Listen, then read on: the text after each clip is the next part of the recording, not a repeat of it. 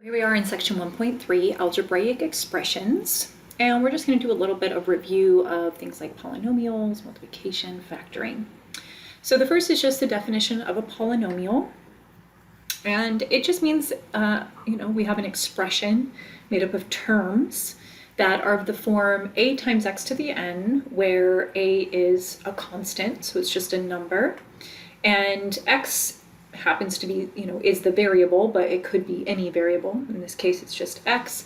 N is the exponent. And the most important thing to realize there is just that n needs to be non-negative and it needs to be an integer, meaning that it's a whole number, 1, 2, 3, 4, 5, and so on. When you just have one term, it's called a monomial. So as an example here, 6x to the 12th is a monomial. And that is because it is simply an expression with one term. And so there you go. Coming from mono, mono means one. The coefficient here is just the number in the front. You can probably figure out what that is. And the degree is simply your exponent, which is 12. So the second example that we have here has exactly what I said it can't have, which is an x to a negative exponent. So although we have a coefficient, in front of this term, which is 6, this is not a polynomial. So it is important to understand that this, by definition, is not a polynomial due to the negative exponent there.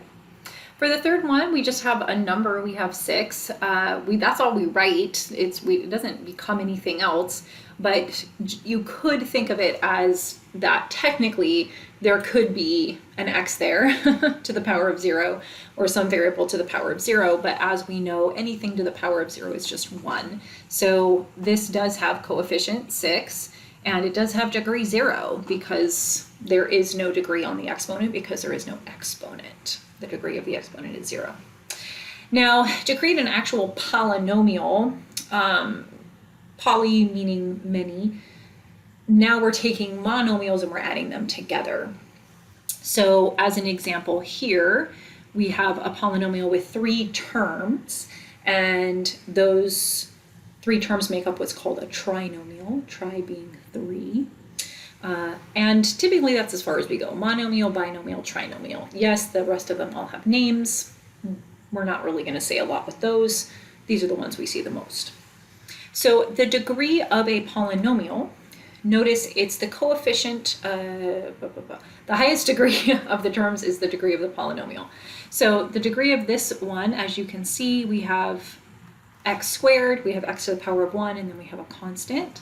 So the degree is going to be the highest degree, which is the squared term, so degree is 2.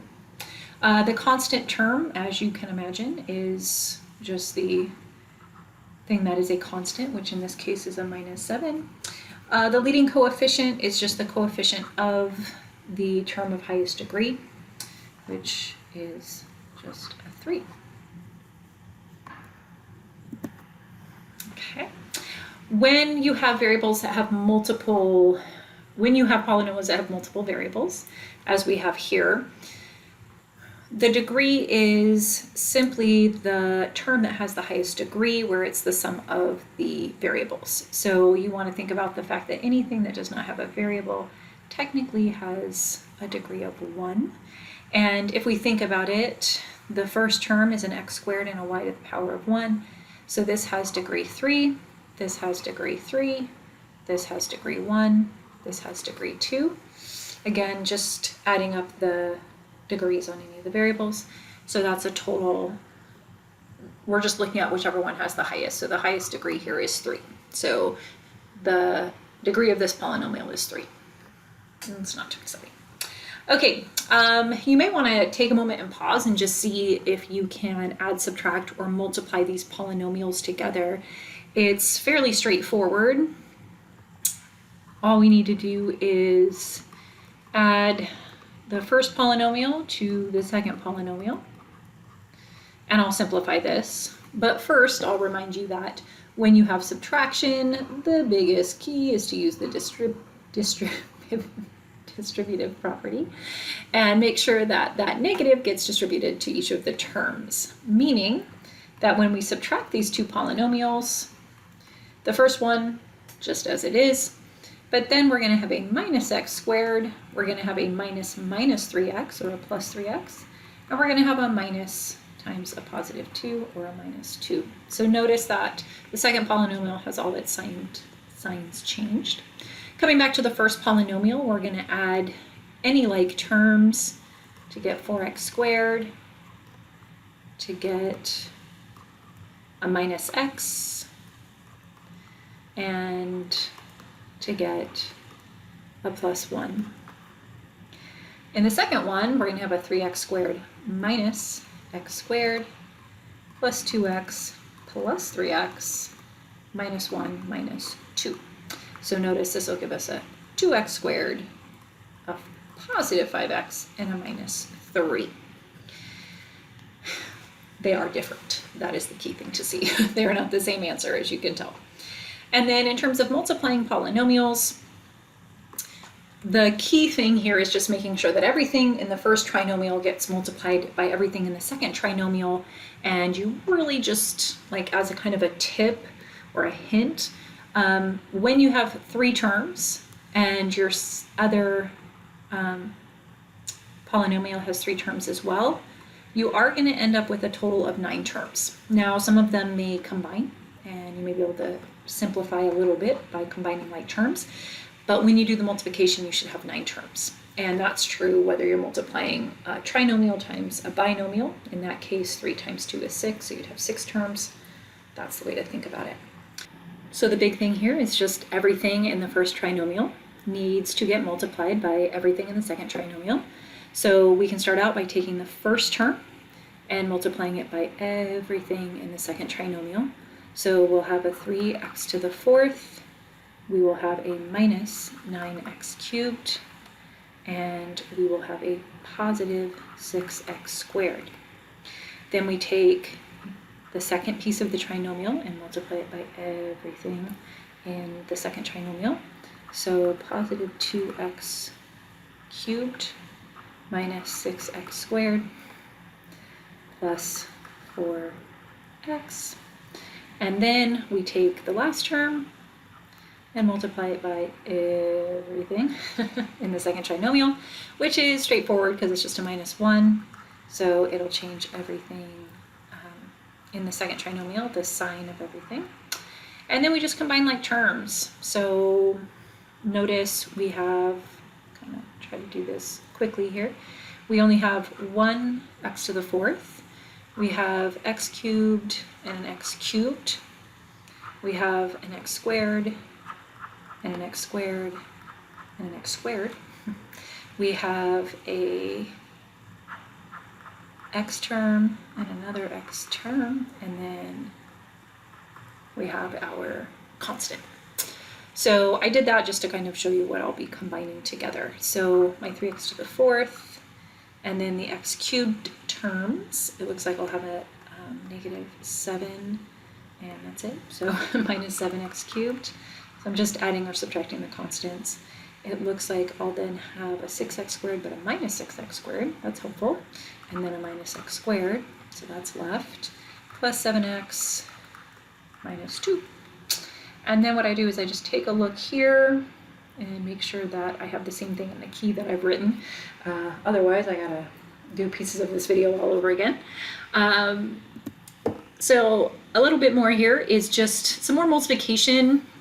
This is some of the most common multiplication that you'll see is the binomials. And so we have a binomial times a binomial, so 2 times 2 is 4, so we should get 4 terms. We can be using FOIL here. We want to go first, and then the 2 outside, and then the 2 inside, and then the 2 last, and then combine anything that we can. So again, pause, try these out, see if you have them right. 2x squared plus 6x minus x minus 3. Combining like terms gives us this. Notice the note on the second one there is do this mentally if possible. The reason for that is because it's really kind of important to be able to kind of do some of these quickly. You'll notice that The first term here is an x squared, and then the last term is going to be a minus 12. So the only thing you really have to think about is the middle terms, and that is a positive 4 and a minus 3. So if you can kind of do that in your head, okay, plus 4x minus 3x, that's just going to give you a plus x. So, the more you practice it, kind of the better off you'll be in terms of, just being able to do things faster and kind of seeing the patterns that occur. Special products are just a couple things that we can multiply together that, have some sort of specialness about them, I guess. And the first one is an example of the difference of squares. So it's just a reminder that when you have a plus b, a minus b, where a and b are anything, they really can be anything, then when you take and multiply this out, the middle terms are going to simplify. So you're going to have a minus ab and a plus ab. That becomes 0. So you're left with a squared minus b squared. And because of that, you want to get to the point where you can look at something like this and say, okay, my answer here is just 3x squared minus 1 squared. Bam. And I'm done. Sure, you can multiply out the middle terms, you can simplify them to 0, but if you understand the patterns that are happening, you can do this faster. The second one, you can do it faster. The idea here is you have something times itself, something squared, a binomial times a binomial. And there is actually a pattern to this, which is that it's the first term squared plus the last term squared at the end. There's a last term squared. And then the middle term is whatever the sign is in the binomial. So there's a minus there, so I'm going to have a minus 2 times the first thing times the second thing. So that is the pattern. Or you FOIL it out and you combine like terms. That's fine too. But we get 9x squared minus 24. Nope, 6. I was thinking my y was a 4. 6xy plus y squared. And so again, could be a slightly easier way to do it. If you can recognize that it's a special product, that can help you in the long run.